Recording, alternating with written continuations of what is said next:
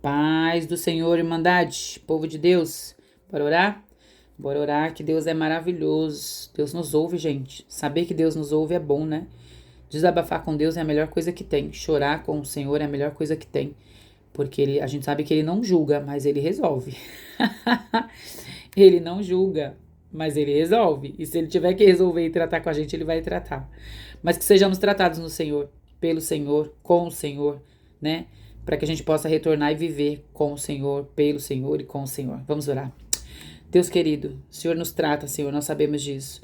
Nós possamos crescer em fé, sendo alicerçados, firmados, nossos pés fincados na rocha do Teu Filho Jesus. Faz isso em nós, Senhor. Opera por meio do Teu Espírito ao nosso Espírito. Fala, comunica conosco aquilo que o Senhor quer. Trata as nossas mentes. Senhor, tira a mentira do nosso meio, tira a mentira dos nossos ouvidos. Tira Satanás de perto de nós, porque fica nos rodeando. Tampa os nossos ouvidos para que a gente não escute, Senhor, tudo aquilo que Ele tem lançado sobre as nossas vidas e em relação, inclusive, aos nossos irmãos. Senhor, nós vimos a briga desses dois irmãos ali atrás, ó Deus, no capítulo anterior, por causa, Senhor, de João Marcos. Ó Deus, tem misericórdia de nós. Que nós sejamos como Barnabé, que não desistiu do irmão, que cooperou com ele, que o tratou. Nos ajuda a fazer isso, Senhor. Nos livra do mal e de nós mesmos. Em nome de Jesus. Oh Deus, em nome de Jesus. Amém. Bom, irmãos, chegamos aqui no capítulo 16. Olha que legal, gente. Capítulo 16. Estamos avançando em Cristo Jesus. Capítulo 16 do livro de Atos. Bora lá, então? Tá centralizado? Deixa eu ver, que não dá pra ver direito. Acho que tá, né? Vamos lá. Diz assim a palavra do Senhor. Timóteo se une a Paulo e Silas. Vocês lembram que no capítulo anterior, Paulo tinha se separado de Barnabé, aí Barnabé vai com João Marcos para um lugar, e Paulo tinha ido para outro lugar. E aí quem vai se juntar a ele agora é Silas. Gente, tem uma história maravilhosa. Sabe aquela história de Paulo e Silas na prisão? É neste capítulo. Bora, porque senão eu vou gastar o tempo só falando o quanto é bom, o quanto é legal. Como eu digo sempre, é legal. E legal é uma palavra muito pequena para descrever. Vamos lá. Diz assim, ó. Paulo chegou a Derbe e depois a Listra. Até risquei aqui porque Listra é a cidade do apedrejamento. Lembra que morre, não morre, aquela coisa de será que ele morreu, vamos jogar ele fora? Foi uma tragédia ali, mas que Paulo não morreu, lembra? Então, onde vivia um discípulo chamado Timóteo. Timóteo é inserido. Timóteo também é algo muito interessante para a gente aprender sobre Timóteo, mas a gente vai falar mais sobre ele depois. Hoje nós vamos falar um pouquinho. Timóteo, filho de uma mulher judia, convertida ao cristianismo, mas de pai grego, né? Timóteo é interessante que ele era muito jovem também, mas era um menino, um jovem, vamos falar assim, um jovem de Deus, né? Os irmãos de Listra e Icônio davam bom testemunho dele. Olha só, os irmãos davam bom testemunho de Timóteo. Paulo, querendo levá-lo na viagem, aí Paulo circuncidou, fez um procedimento ali para poder levá-lo por causa dos irmãos de lá. Aí no 4 diz assim: nas cidades por onde passavam, transmitiam as ordenanças decididas pelos apóstolos e presbíteros em Jerusalém. Lembra do concílio e das cartas? Isso que eles estão transmitindo aqui é a orientação das cartas do concílio, tá? Então, se abstém de moralidade sexual dos animais estrangulados, sabe aquela parte? É isso, tá? Então, eles iam passando e explicando tudo isso. Assim, as igrejas eram fortalecidas na fé e cresciam em número dia após dia. A igreja só crescia. Louvado seja o nome do Senhor, né? Aí, no 6 diz assim, Paulo e seus companheiros viajavam pela região da Frígia e da Galácia, olha isso, essa parte é muito legal. Tendo sido impedidos pelo Espírito Santo de pregar a palavra na província da Ásia. Gente, o Espírito Santo impediu Paulo de pregar na Ásia. Foi o Espírito Santo, não foi o inimigo. Foi o Espírito Santo que os impediu. Por quê? Aí você fala, Diana, o Espírito Santo impediu eles de pregar? Sim, porque o Espírito Santo tinha outros planos para eles. Então, a gente não vive segundo a nossa vontade, a gente vive segundo a vontade do Espírito Santo. Já pensou ter tamanha fé para ouvir, crer e obedecer ao Espírito Santo?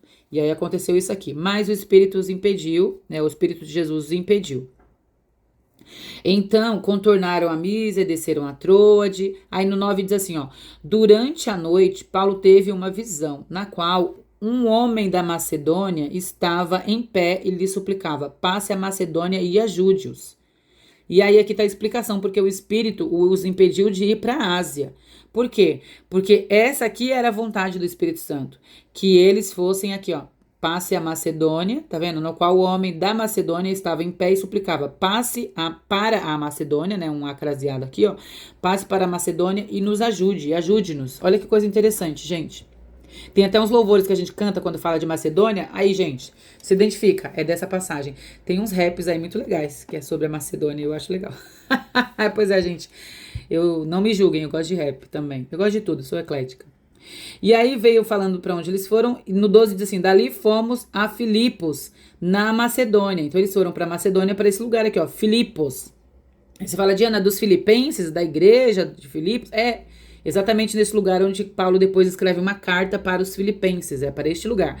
Fomos a Filipos, na Macedônia, que é colônia romana, ou seja, era um lugar que era colônia de Roma.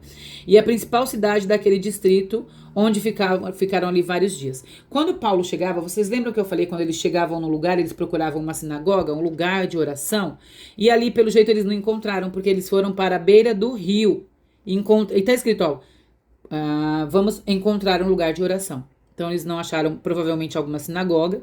E aí eles foram ali para um lugar de oração e onde era na beira do rio. No 14 diz assim, uma das que ouviam, né, era uma mulher temente a Deus, chamada Lídia, vendedora de tecido de púrpura, da cidade de Tiatira. Então era uma mulher vendedora de tecido de púrpura, isso era um tecido até caro, né, pra época. O Senhor abriu o seu coração, oh, aleluia, o Senhor abriu o seu coração, que o Senhor possa abrir o seu coração, viu? Você que tá me ouvindo. Que o Senhor possa abrir o seu coração. Hoje, não resista ao Espírito Santo, não endureça o seu coração. O Senhor pode abrir o nosso coração para atender a mensagem de Paulo.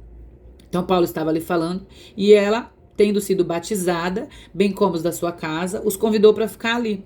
E insistiu e eles ficaram um pouquinho, né? Ó, e nos convenceu, tá vendo aqui, ó? Ele insistiu e ele nos convenceu. E aí eu coloquei aqui, ó, os primeiros cristãos na Europa. Gente, estão aqui. Então, por que o Espírito Santo queria que eles passassem para Macedônia e não fossem para a Ásia? Depois ele acaba indo para a Ásia, viu, gente? Eles não foram esquecidos, não. Mas neste momento, o Senhor queria alcançar esta família, ó, de Lídia, e agora vai alcançar também outra pessoa que vai entrar aqui na história que a gente vai falar agora. Mas eles são os primeiros cristãos na Europa. Bem interessante, né? Como o evangelho foi se espalhando e se difundindo. Eu acho lindo de ver isso. Certo dia, dirigindo-nos para lugar de oração, então eles estavam indo lá para o lugar de oração, encontramos uma escrava que tinha um espírito pelo qual predizia o futuro. Uma escrava com um espírito que predizia o futuro.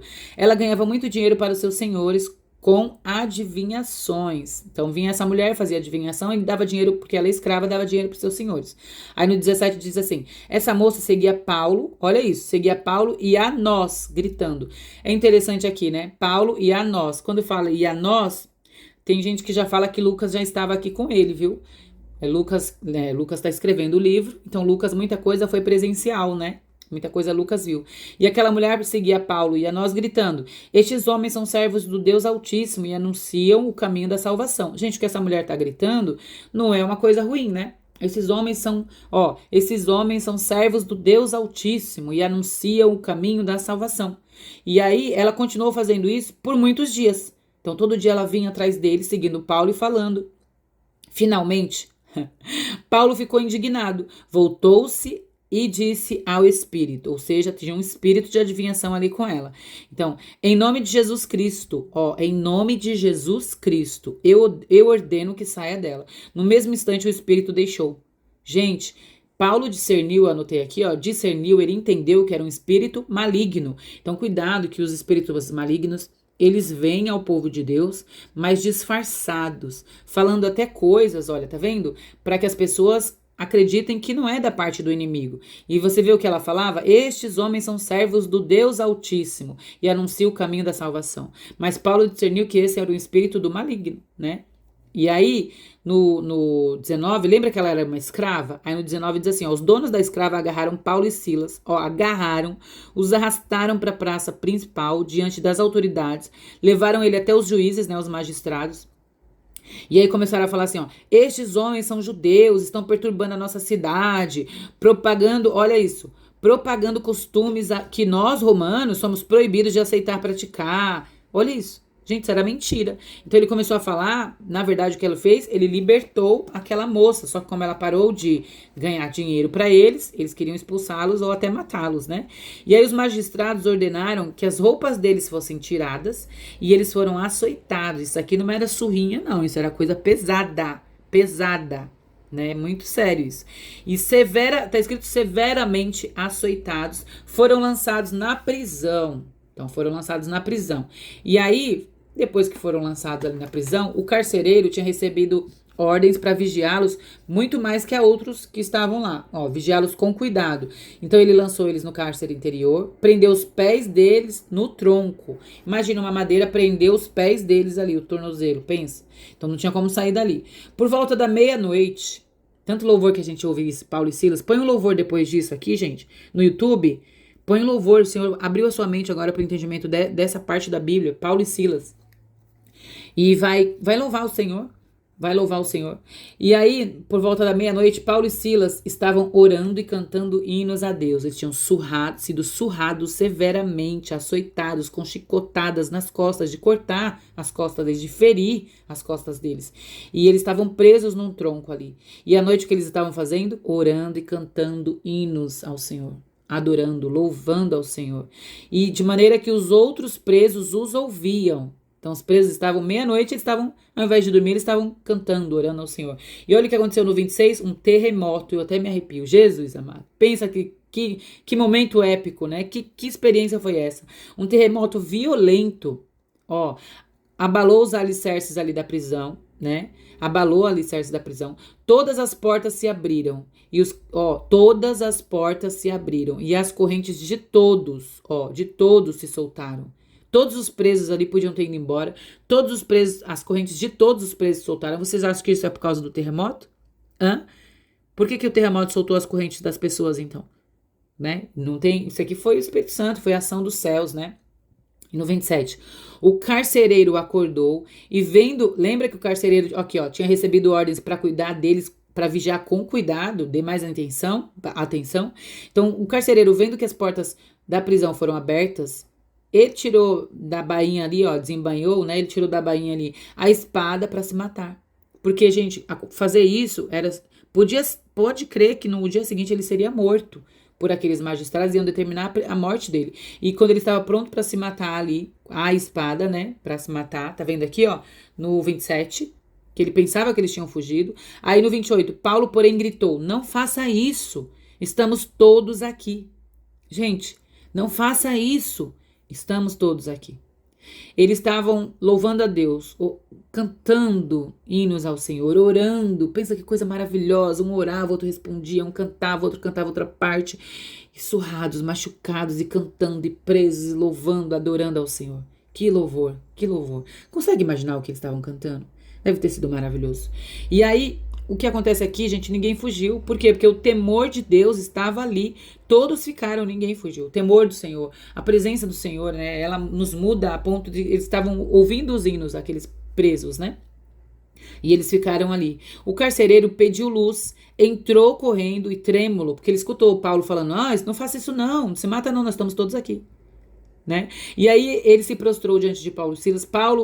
Ele levou eles para fora. E aí o carcereiro pergunta para Paulo assim: senhores, o que eu devo fazer para ser salvo? Gente, aquilo foi algo tão espetacular que fez esse carcereiro entender que ele carecia, ele precisava de salvação, que ele entendeu que aquilo era algo espiritual da parte de Deus diante dele ali na prisão. Então, eles responderam: creia no Senhor. Aliás, Paulo, né? Paulo e Silas, né? Responderam: creia no Senhor Jesus e serão salvos você e os da sua casa. Olha que coisa maravilhosa. Creia. Você precisa crer. Talvez seu esposo, seu filho, até um amigo. Creia. O Senhor Jesus pode salvar. Ele pode salvar. Creia e eles serão salvos. E aí no 32 diz assim, ó: pregaram a palavra de Deus a ele e a todos da sua casa. Gente, eles tinham acabado de ser surrados. E tinha acabado de acontecer esse fenômeno sobrenatural. E eles foram pregar a palavra. Meu Pai do céu. E todos da sua casa. Naquela mesma hora da noite, o carcereiro, lavou as feridas deles. Lembra que eu falei que era uma surra aqui de cortar as costas mesmo ali? Tinham feridas, Lavou as feridas deles. Em seguida, ele e todos, ou seja, ele quem, gente? O carcereiro e todos os da sua casa foram batizados. Então, levou-os para a sua casa, ó, serviu uma refeição e com toda a sua família alegrou-se muito por haver crido em Deus. Gente, ele e toda a sua família foram alcançados, foram salvos. Nós devemos orar pela salvação das famílias. Isso é uma coisa incrível, é a dádiva dos céus. É dádiva dos céus. É interessante que amanheceu, os magistrados foram lá, né, mandaram soltar eles, os soldados foram para soltar. E é interessante, eu pensei, vão soltar, vai mandar em paz. Aí Paulo pega e fala assim, Paulo é um ser muito engraçado, né? Paulo pega e fala assim, diz aos soldados, sendo nós romanos, eles nos açoitaram publicamente, sem processo legal. Olha como Paulo era inteligente, ele conhecia da lei. Isso aqui é fala do meu meio, aí é fala do meio jurídico, ó, sem o devido processo legal. Vocês sabem que o nosso direito nasceu em Roma? Quando a gente vai fazer faculdade, só um adendo aqui, quando a gente vai fazer faculdade de direito, a gente estuda o direito romano, que é de onde nasceu o nosso direito. E aqui, ó, você vê, é o direito romano, ele tá falando do processo legal, e existe isso no nosso direito, chama-se o devido processo legal. Muito legal, é redundante, né?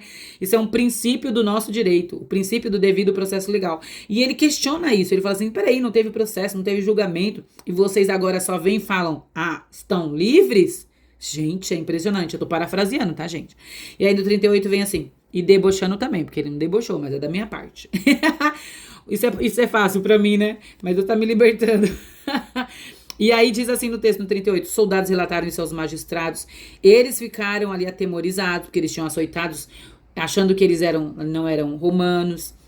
Então eles vieram se desculpar, olha isso, conduzindo-os para fora da prisão. Depois eles saíram da prisão, Paulo e Silas foram para a casa de Lídia. Ó, lembra da mulher de púrpura? Aquela mulher da beira do rio que se converteu e foi salva ela e a casa dela. E aqui nós vemos outra casa que foi alcançada, que é do carcereiro. E a gente tá falando aqui desses primeiros irmãos na Europa, né? E é em Filipos. Então, essa igreja de Filipos nasceu assim, da conversão desse carcereiro de Lídia. Olha que coisa linda. Duas famílias que foram convertidas eram generosos, porque a gente sabe que, você vê, eles foram para casa de Lídia, um lugar de refúgio, né? Se tornou um lugar de refúgio, eles voltam para lá. E aí encontraram os irmãos. Por que eu falei que se tornou uma igreja? Ó, na casa de Lídia, encontraram com os irmãos, ó, e os encorajaram. Encorajou o quê? Os irmãos a perseverar no amor, na fé, na esperança, na graça, na pregação do evangelho. E só depois eles foram embora. Então, é a nova igreja surgindo aqui, mais uma igreja, né? E era uma igreja, assim, um ponto de pregação, como a gente chama hoje, de oração, depois encontro de irmãos, parecia ali um pequeno PG, e se tornou uma grande igreja. A gente vai estudar sobre ela depois, num outro momento oportuno.